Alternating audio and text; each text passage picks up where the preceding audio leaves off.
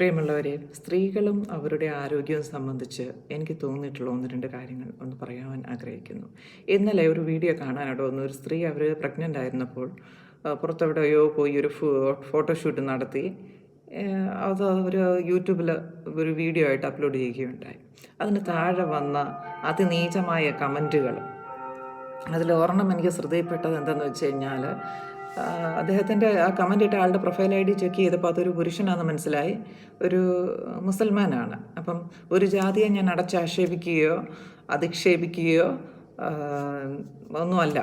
അപ്പോൾ അയാൾ ഇട്ട കമൻറ്റ് അതിന് ഒരു എനിക്ക് തോന്നിയത് ഒരു കാര്യമാണ്. അതായത് അയാൾ പറഞ്ഞിരിക്കുന്ന ഇതാണ്: ഏത് ജീവികളാണെങ്കിലും, മൃഗങ്ങൾക്കിടയിലാണെങ്കിലും പക്ഷികൾക്കിടയിലാണെങ്കിലും, ഈ പ്രഗ്നൻസി ഈ ഒരു ടൈമിൽ അവർ എവിടെയെങ്കിലും രഹസ്യമായിട്ടിരിക്കും, പുറത്തിങ്ങനെ നടക്കത്തൊന്നുമില്ല.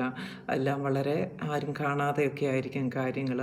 എന്നിട്ടും ഈ മനുഷ്യർക്ക് ഇതൊന്നും ചെയ്തുകൂടെ, ഇങ്ങനെ എല്ലാം എല്ലാവരെയും കാണിച്ചുകൊണ്ടാണോ എന്നൊക്കെയുള്ള ഒരു കമൻറ്റാണ്. അപ്പോൾ ആദ്യം തന്നെ എനിക്ക് മനസ്സിൽ തോന്നിയൊരു കാര്യം ഇതാണ്: മനുഷ്യനും മൃഗവും തമ്മിൽ വികാരങ്ങളിലും വിചാരങ്ങളിലും എല്ലാം വ്യത്യാസമുണ്ട്.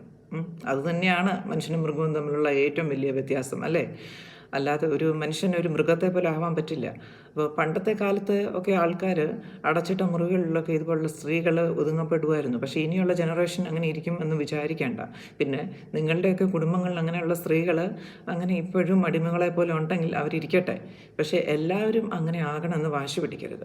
എൻ്റെ ഒരു അഭിപ്രായത്തിൽ ഒരു സ്ത്രീക്ക് ഏറ്റവും കൂടുതൽ കരുതലും സ്നേഹവും പരിഗണനയും ആവശ്യമുള്ളൊരു സമയമാണ് അവർ പ്രഗ്നൻ്റ് ആയിട്ടിരിക്കുമ്പോൾ. കാര്യം ഏറ്റവും കൂടുതൽ അവരുടെ ശരീരവും മനസ്സും ഡെലിക്കേറ്റാണ് ആ സമയത്ത്. അങ്ങേയറ്റം ഭയപ്പാടുള്ളൊരു സമയമാണിത്, നമുക്കെന്തെങ്കിലും പറ്റുമോ എന്നുള്ളത്. എനിക്കും ഒരു മകളുണ്ട്. അപ്പോൾ ആ മകളുണ്ടായിരുന്നപ്പോൾ അതിനെ ഞാൻ ക്യാരി ചെയ്തിരുന്നപ്പോൾ എനിക്കുണ്ടായ ഫീലിങ്സ് ആണ് ഞാനിപ്പോൾ പറയുന്നത്. അപ്പോൾ നമ്മൾക്ക് ആ സമയത്ത് ഏറ്റവും കൂടുതൽ പ്രൊട്ടക്ഷൻ നമ്മൾ ആഗ്രഹിക്കുന്നതാണ്. അടച്ചിട്ടൊരു മുറിയിലിരിക്കാനൊന്നും നമ്മളെ കൊണ്ട് സാധിക്കുകയില്ല. അവിടെ ഇരുന്ന് ഒറ്റപ്പെടാനൊന്നും നമ്മളെ കൊണ്ട് അന്നേരം അങ്ങനെ ഒരു ചിന്ത പോലും, വെറുതെ അങ്ങനെ ഒറ്റയ്ക്കിരിക്കുക എന്ന് പറഞ്ഞു കഴിഞ്ഞാൽ അങ്ങേറ്റം അരോചകമാണ്. എപ്പോഴും ആരുടെയെങ്കിലും ഒരു തണലും സംരക്ഷണവും നമ്മൾ ആഗ്രഹിക്കും. അപ്പോൾ ഇത്തരത്തിലുള്ള കമൻറ്റുകളൊക്കെ അടിക്കുമ്പം ആദ്യം തന്നെ ഓർക്കുക, 10 മാസം ഒരു ഇരുട്ടുമുറിയിൽ നിങ്ങൾ ഒന്ന് ഇരുന്ന് നോക്കുക.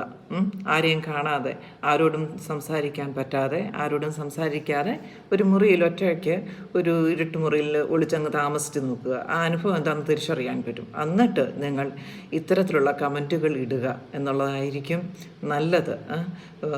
എന്താ പറയണ്ടേ, വ്യക്തി സ്വാതന്ത്ര്യത്തിൽ ഒരുപാട് കടന്നു കയറി ആക്രമിക്കാതിരിക്കുക.